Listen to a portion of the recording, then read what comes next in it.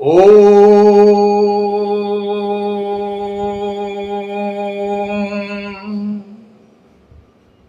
असतो मा सद्गमय तमसो मा ज्योतिर्गमय मृत्योर्मामृतं गमय।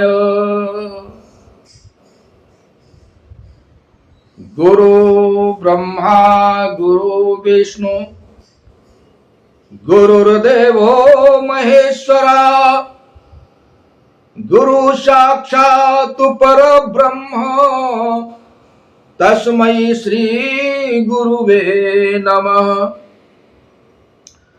सच्चिदानंद रूपाय विश्वपत्यादि हेतवे तापत्रय विनाशाय श्री कृष्णाय वयं नुमः।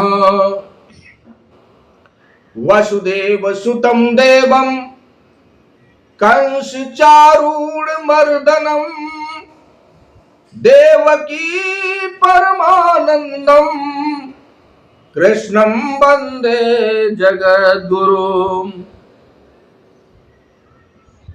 ओम ब्रह्मा मुरारी त्रिपुरांतिकारी भानु शशि भूमि सुतो बुधश्च गुरुश्च शुक्र शनि राहु केतवा सर्वे ग्रह शांतिकरा भवन्तु।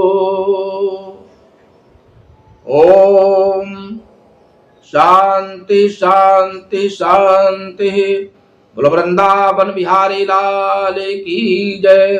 बोलो आज के आनंद की जय। बोलो राधा रानी की जय। बोलो गणेश भगवान की जय। आइए कल की कथा में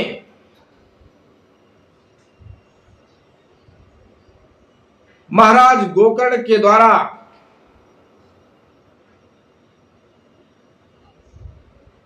श्री मद्भागवत की 7 दिन की कथा सप्ताह पारायण पूर्ण हुआ और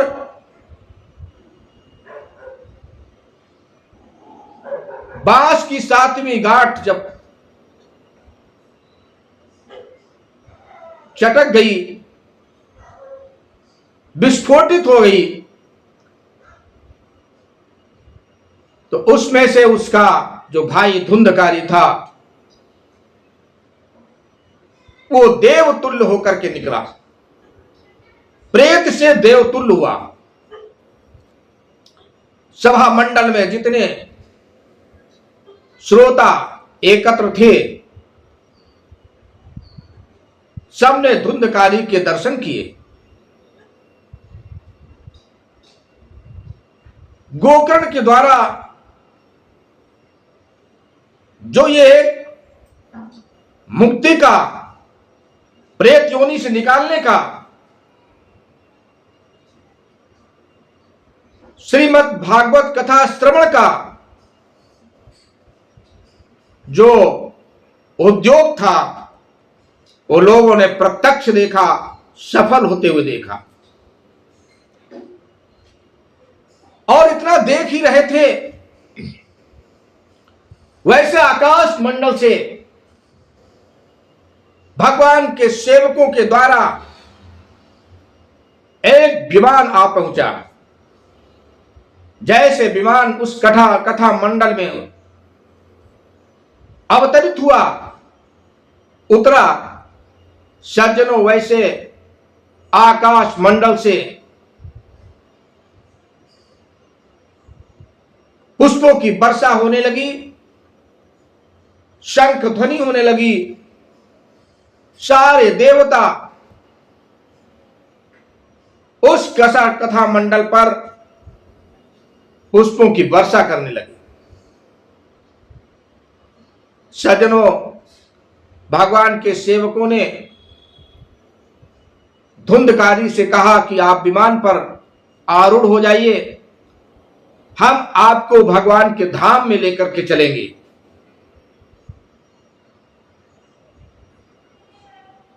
भगवान ने स्वयं तुम्हारे लिए विमान भेजा है, तुमने श्रीमद् भागवत का कथा श्रवण किया है, बड़े मनोयोग से किया है।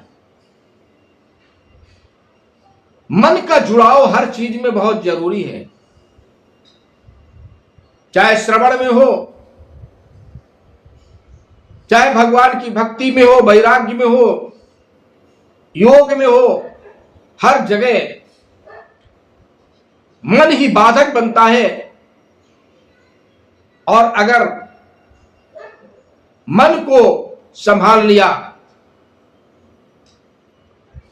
तो मन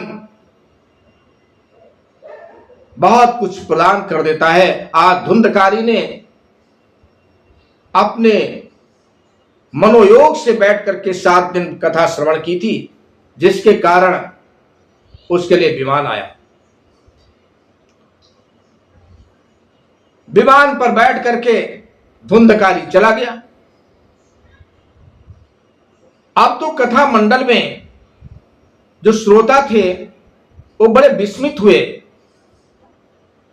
बड़ा सोचनीय प्रसंग हो गया वहां पे कि हजारों हजारों ज्ञानियों ने, ग्रामीणों ने, हर तरह के लोगों ने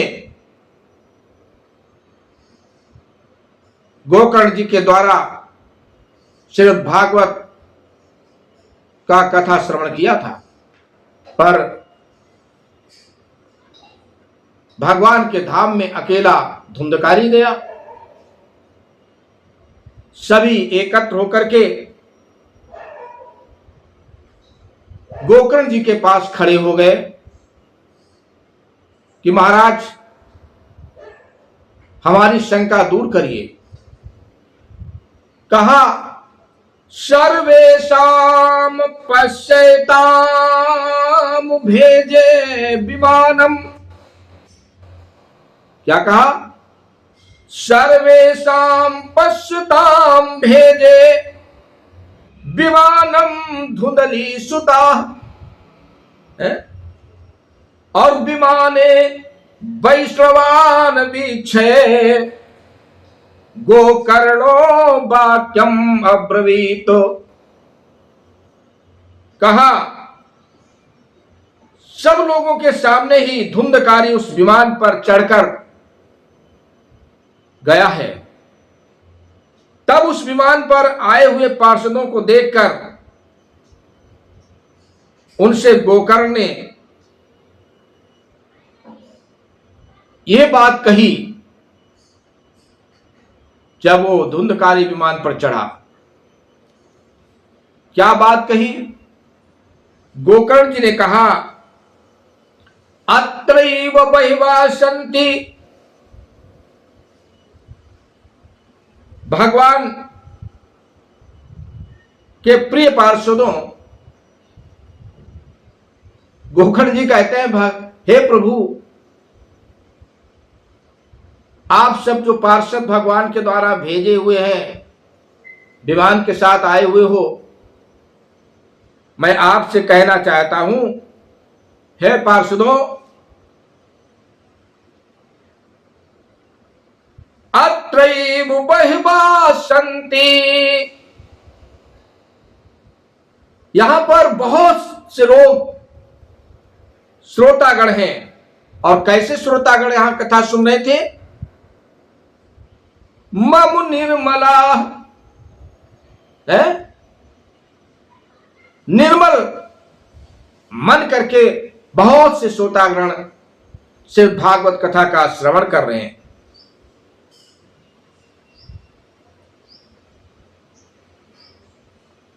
कहा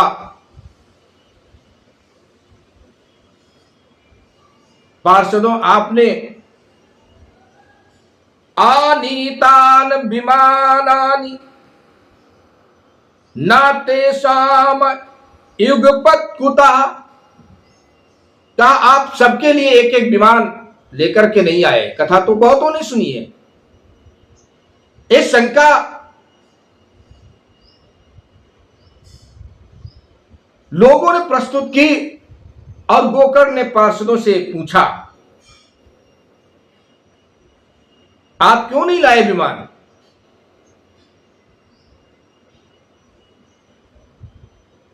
पार्षदों ने कहा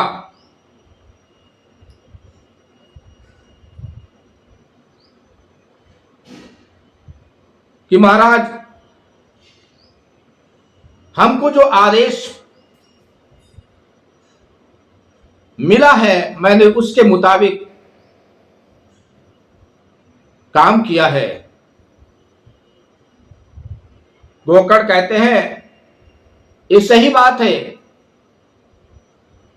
श्रवणम समभागेन सर्वेषाम इह दृश्यते फल भेदा कुतो जाता प्रब्रुवन्ति हरिप्रिया। कहा हम देखते हैं कि यहां सभी ने समान रूप से कथा सुनी है, फिर फल में इस प्रकार का भेद क्यों हुआ? अकेले धुंधकारी जा रहा है। कथा तो सबने सुनी है कि हे पार्षदों, ऐसा भेद क्यों हुआ? प्रभु के दासों ने कहा, सेवकों ने कहा,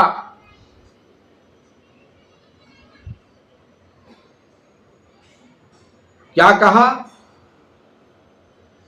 श्रवणस्य विभेदेन, कहा श्रवणस्य विभेदेन फल भेदोत्र संस्थिता श्रवणम तु कृतं सर्वैन तथा मननम कृतं। हे मानद, हे गोकर्ण जी, इस फल भेद का कारण इनके श्रवण का भेद ही है। जिस तरह से कथा महाराज गोकर्ण ने सुनी है, उस तरह से इन सब के कथा सुनने में कुछ ना कुछ भेद रहा है।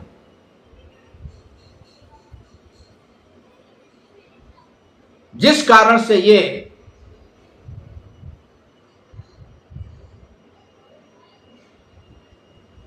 ना तो साथ जा सकते हैं, ना अभी इनको विमान उपस्थित हो सकता है।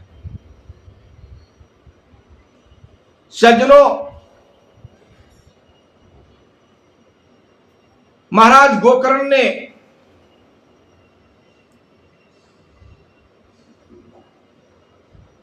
तुरंत श्रावण मास में उसी जगह पर दूसरी बार श्रीमद् भागवत का अनुष्ठान पुनः प्रारंभ किया और दूसरी बार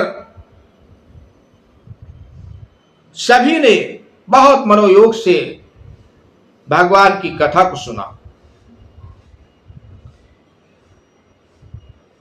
कथा को सुना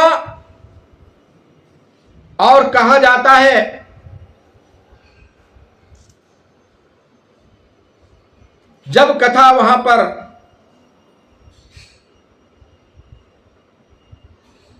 चल रही थी, उस समय उसके 7वें दिन किरीटिना कुंडलनिस्तथा चक्रे हरिक्षणात्, वहां क्या देखा? श्रोताओं को भी मेघ के समान श्याम वर्ण रेशमी पीतांबरधारी तथा किरीट और कुंडल आदि से विभूषित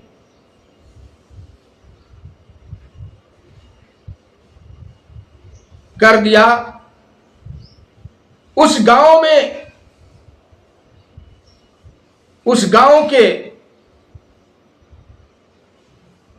श्वान चांडाल परंत जितने भी जीव थे, वे सभी गोकर्ण जी की कृपा से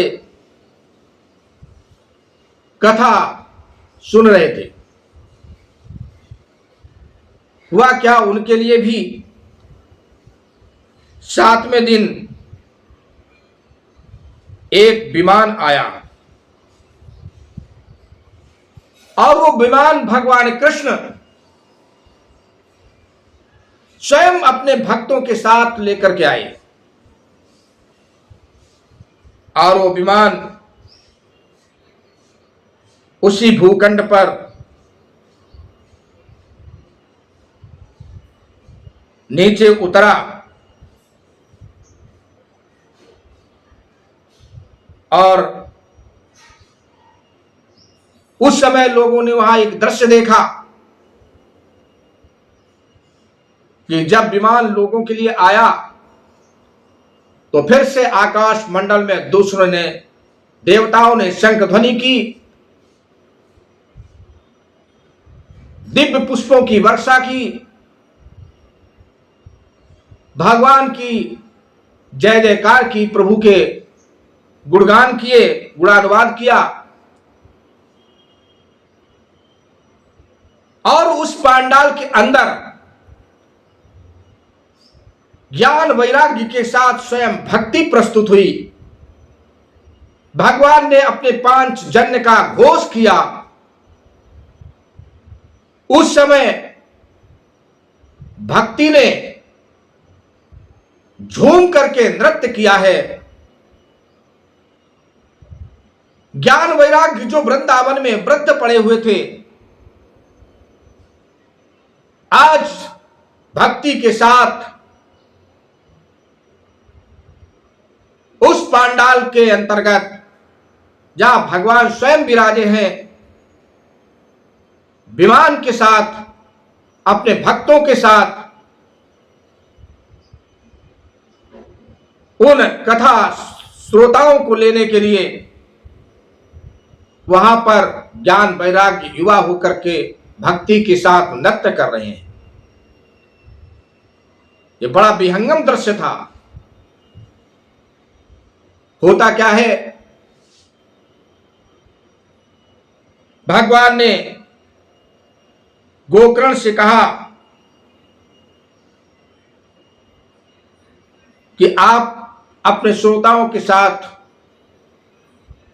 विमान पर विराजिए, हम आपको लेकर के अपने धाम गोलोक धाम में चलेंगे। आपने श्रीमद् भागवत कथा का जो अनुष्ठान किया है उसका आपको और आपके श्रोताओं को सबको फल प्राप्त हो चुका है।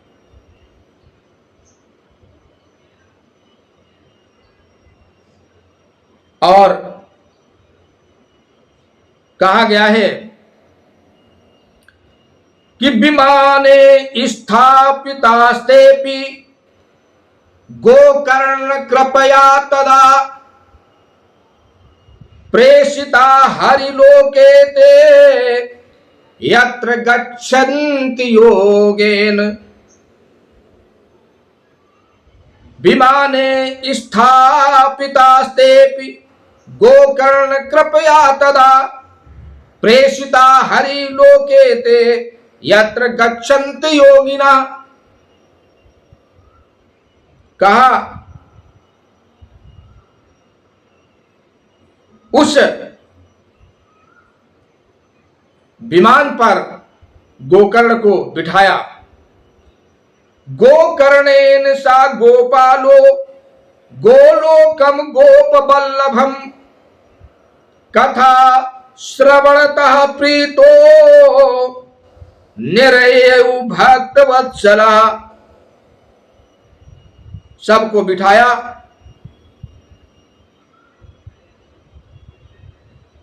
योगीराज कृष्ण ने इस प्रकार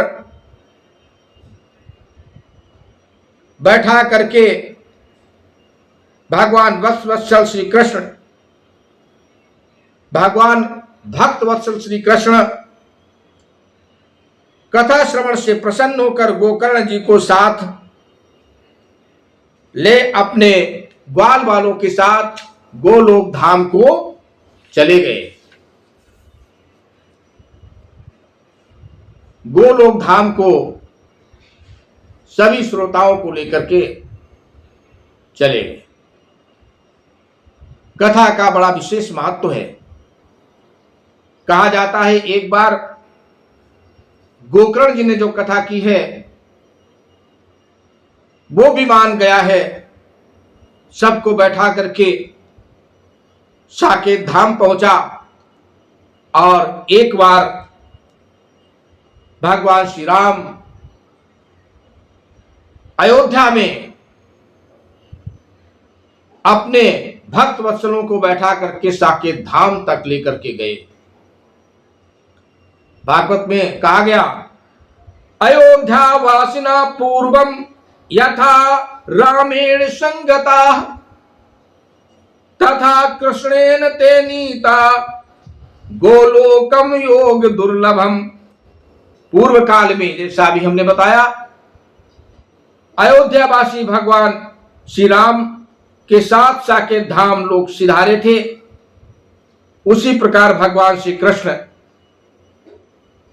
उन सबको योग दुर्लभ गोलोक धाम ले गए।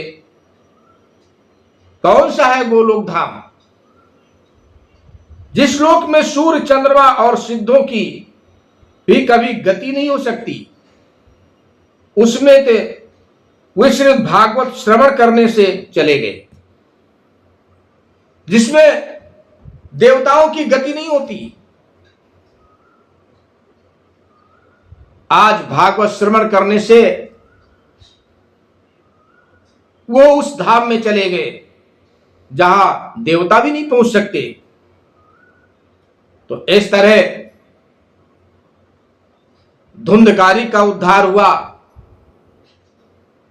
कथा सुनने वालों श्रोताओं का भी उद्धार हुआ। कहा भी गया है कि श्रीमद् भागवत कथा एक ऐसा महाप्रसाद है, ऐसा महाअमृत है, जिसको पान कर लेने से व्यक्ति स्वयं तरता है और उसको भी तारता है जो उस पांडाल में लेकर के अपने साथ भक्तों को लेकर पहुंचते हैं, उनको कथा श्रवण करने का अवसर प्रदान करते हैं। इस भागवत कथा महाप्रसाद है। इसलिए आज हम जोर से बोलेंगे, श्री भागवत महापुराण की जय, वृंदावन बिहारी लाल की जय, श्री राधा कृष्ण चंद्र की जय, गुरु पवन सुत हनुमान की जय, उमापति महादेव की जय, हर हर महादेव।